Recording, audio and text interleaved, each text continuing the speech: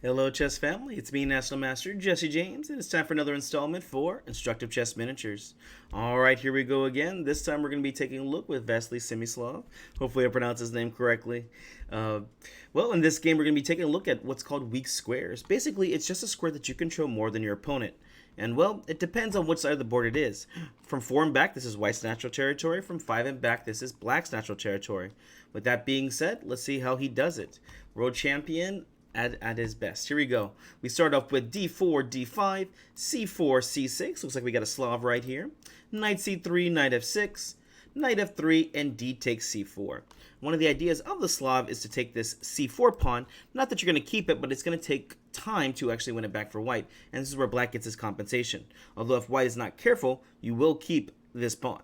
So, a4 gets played. A very good move here. This is going to go ahead and stop the idea of playing pawn to b5 to defend and make this c4 pawn part of his team. So a4 cuts that off. Pawn to c5 now. Pawn to e4.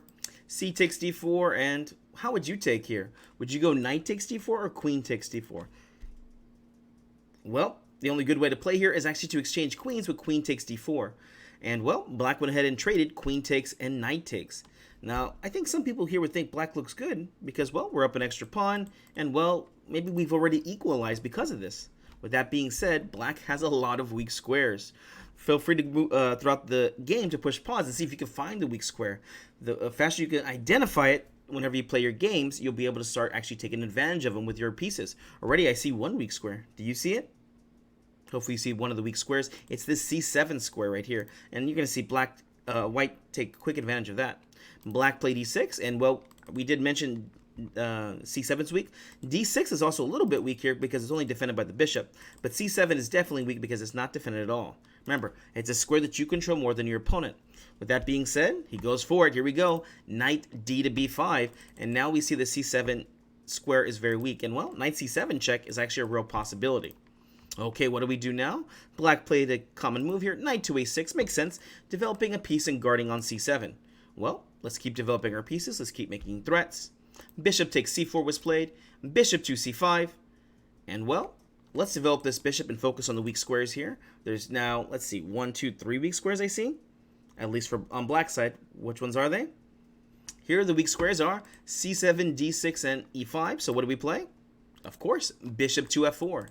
And now you can see the bishop and the knight are doing a very good job. And the new threat now is knight to d6 check, stopping black from castling. I'm not sure how big of a deal that would be for black because they cannot castle an endgame. But with that being said, it's always nice to force your opponent to make decisions, right?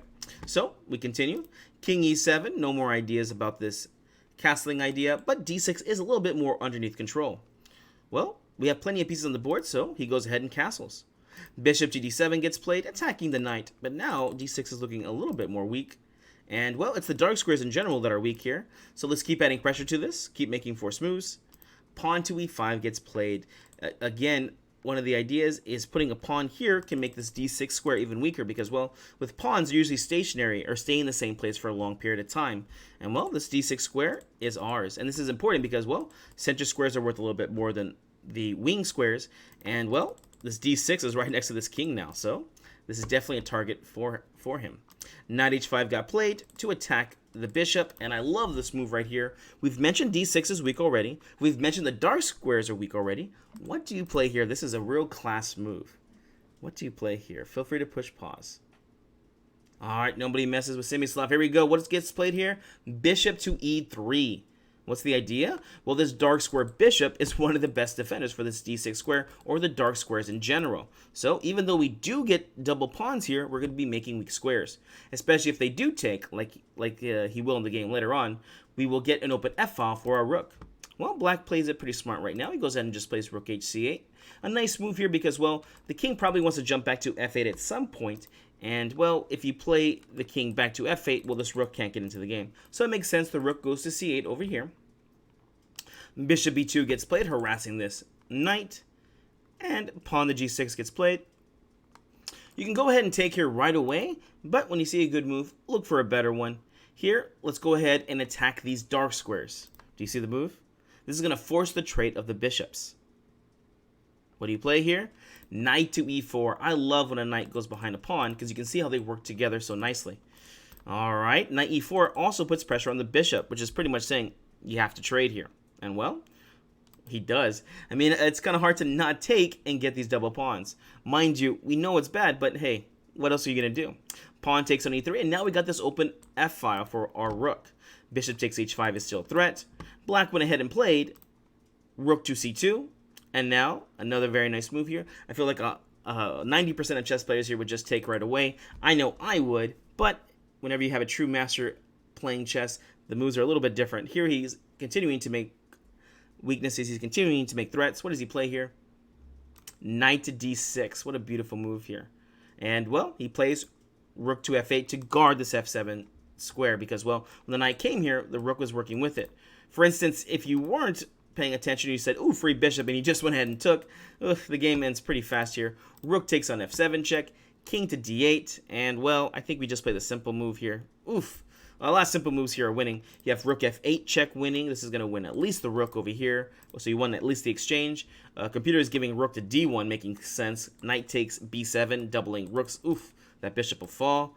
And also, knight just takes b7 here is also a very strong move here. Activity will win, not material. So, rook f8 got played, makes sense to defend the f7 pawn, but the game does not last long here at all. The bishop was underneath attack, takes on a6. Makes sense because this knight was definitely taking some of the key points away from us. Pawn takes, pawn g4, the knight has to go to g7. It's never really good when you have to fianchetto your knight, especially with no ideas behind it. Here you can see the knight is pretty much just conquered. And knight f6 gets played. Oh my gosh, this is just so cruel. And bishop c6 got played. And the final move here I love. Rook f to c1, saying we're going to just make a trade here. This knight is not going to be able to get into the game anytime soon. In fact, it's probably just going to be trapped there for the rest of the game. And, oof. Yeah, black just really has nothing good to do here. Rook takes, bishop takes on a4, only leads to this rook c7 check. Oh my gosh, king to d8 gets played. And, oh, rook c8 check is a move. Looks like it's pretty good here too.